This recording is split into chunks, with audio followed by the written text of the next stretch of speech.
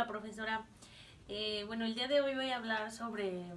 la última parte del curso. En general estuvimos hablando acerca de la identidad, del nacionalismo mexicano y pues de la cultura mexicana. Y quiero comenzar por el primer tema y pues en particular me refiero a Samuel Ramos con el complejo de inferioridad. Y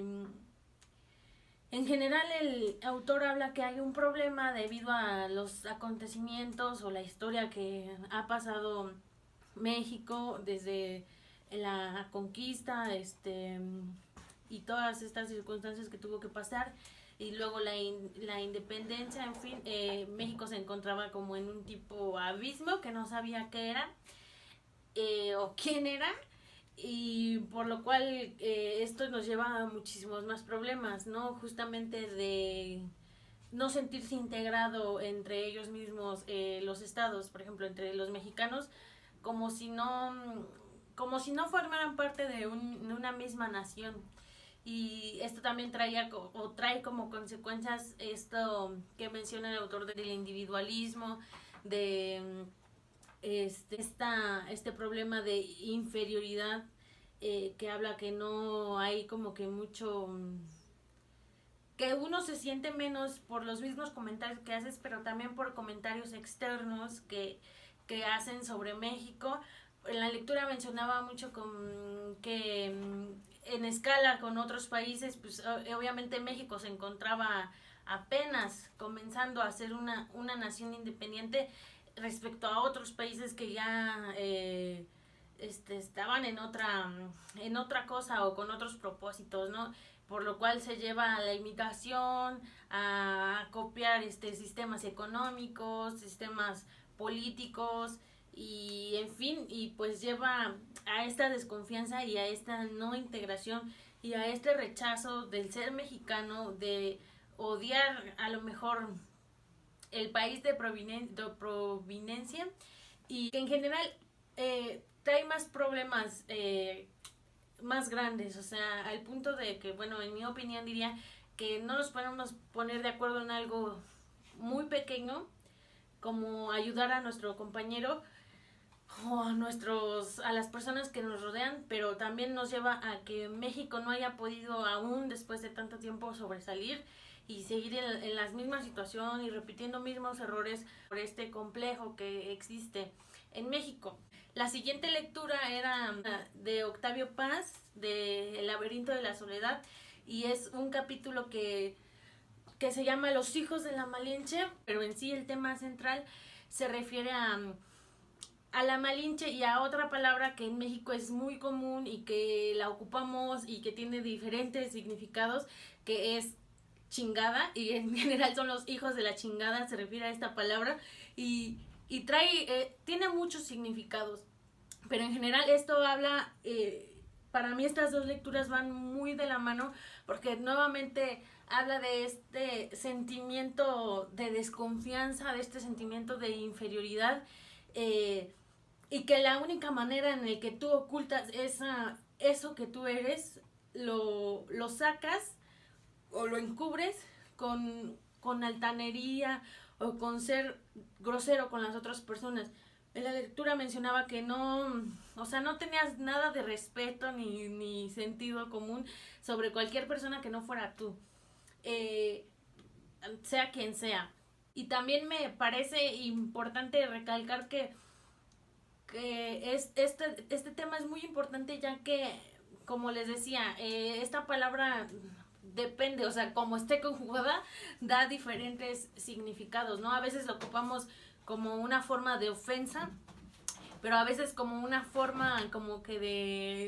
de que eres una persona muy fregona, pero siempre,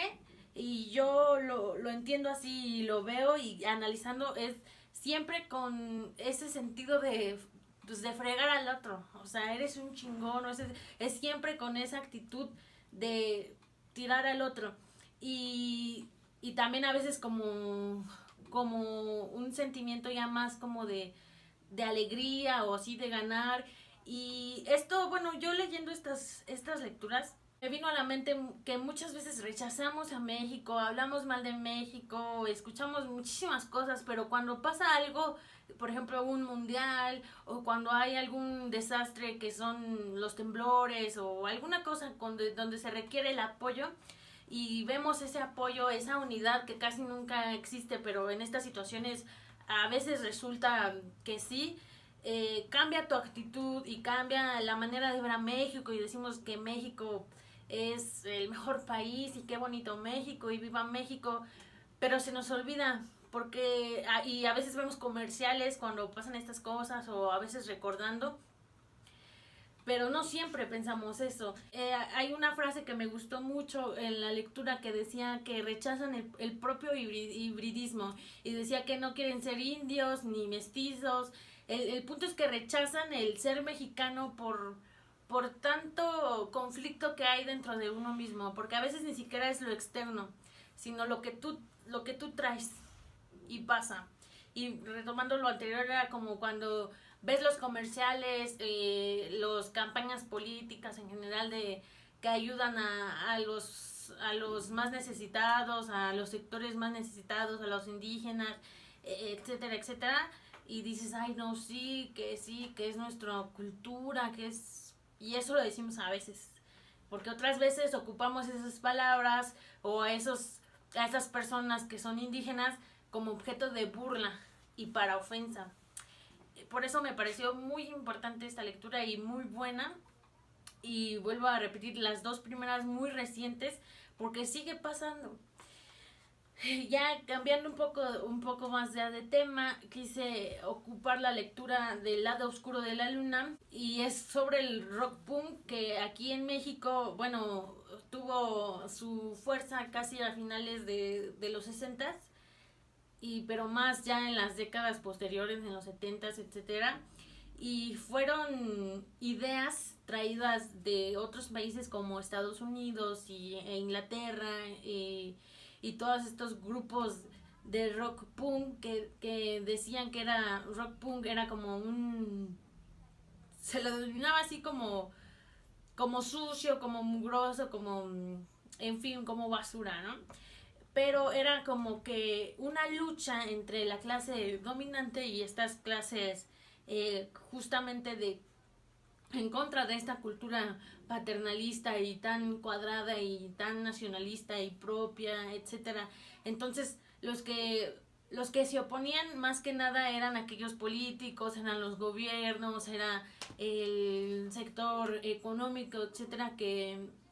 estaban en contra de estas ideas y estas formas de expresarse. Y estos grupos más que nada buscaban una forma de, sí, de expresarse, y como les decía, al ser una nación tan como que así tienen que ser las cosas, así es esto, y todo en orden, todo tan propio y con las reglas ya impuestas, estos digamos que querían tirar eso, y ellos no querían seguir entre comillas reglas de conducta y de cómo vestirme y de cómo hablar, etcétera. Y bueno, hubo mucha represión, y aparte de de estos grupos que son como más de punk y rock, hubo otros como los cholos, que vienen más de, bueno, estos van más influenciados con digamos, otras modas, que son de los pachucos, por lo que su forma de vestir era un poco similar, y estos estaban, bueno, estos se organizaron más que nada para una reivindicación de la dignidad y los derechos, de los mexicanos que vivían en otros países, sobre todo en Estados Unidos, por lo cual estos grupos iniciaron en Estados Unidos, pero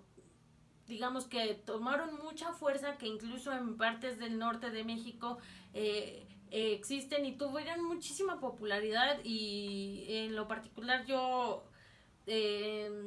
lo viví, a lo mejor no de cerca, pero sí conocer un poco de esto en mi niñez, porque me tocó a mí de niña ver a gente así y ver esto, a lo mejor no lo entendía muy bien, pero surge de esta idea de apoyar o tratar de reivindicar los derechos de los mexicanos o los latinos en Estados Unidos. Y por lo mismo y por la misma fuerza trataron de reprimirlos con supuestas programas sociales para que se reintegraran a la sociedad. Y en la lectura mencionaba sobre algún gobernador municipal que se llama Francisco Barrio, y para que apoyaran a su partido, que era el PAN, y en fin lo apoyaran a él, pero más que ese apoyo que querían darles era quitarlos para que dejaran de expresar aquello que ellos buscaban, ¿no? Y bueno, ya para finalizar, la última lectura que quise pues sacar a tema es Tengo que morir todas las noches. Y bueno, en esta lectura, más que nada es una novela, una crónica en la que habla de la vida, sobre todo en los 70s, y habla mucho del tema de la homosexualidad y cómo en México fue cambiando. Y habla que en los 70s había un restaurante italiano que era, digamos, muy concurrido por gente de alta alcurnia, o muy conservadora y de prestigio, etcétera. También mencionaba en la lectura que acudía a él un expresidente mexicano, que es Plutarco Elías Calles, y era bueno, era muy popular. Sin embargo, su dueño se retiró para otras cuestiones, y dicen que un joven adinerado lo compró y cambió el concepto haciéndolo un bar gay, ya que en ese entonces aquí en México la homosexualidad era como que muy, pues era por lo oculto, y nosotros sabemos que siempre ha existido, sin embargo siempre se ha tratado de ocultarlo, ¿no? Ya que anteriormente los homosexuales no era como que pudieran salir tan fácil hacia igual a convivir o en fin a recreación, porque eran reprimidos y tenían que ir, dice él, en lugares clandestinos. Y bueno, la homosexualidad en México y en otros países siempre ha existido, sin embargo siempre se ha tratado a lo mejor de ocultar y reprimir, ya que se ha calificado como algo inmoral. Y bueno, en general habla un poco de los cambios que ha habido aquí en México, y pues actualmente nosotros sabemos que ya está, si no socialmente aceptado, ya está, digamos, más a la luz, y ya hay grupos que salen en defensa de estas ideologías, pero personalmente sí creo, y todos sabemos que sigue existiendo represión. Sin embargo, ya se han creado leyes, etcétera, o en defensa de los homosexuales, o en defensa de cualquier otra persona que tenga una ideología de género diferente, pero siempre ha existido. Y me pareció, bueno, igual interesante retomar, ya que también mi punto de vista, yo diría que un poco del machismo y de la idea que tienen acerca del hombre y de la mujer. Entonces pues siento que tiene mucho que ver también en dónde, porque en otros países a lo mejor se ha vivido diferente esto,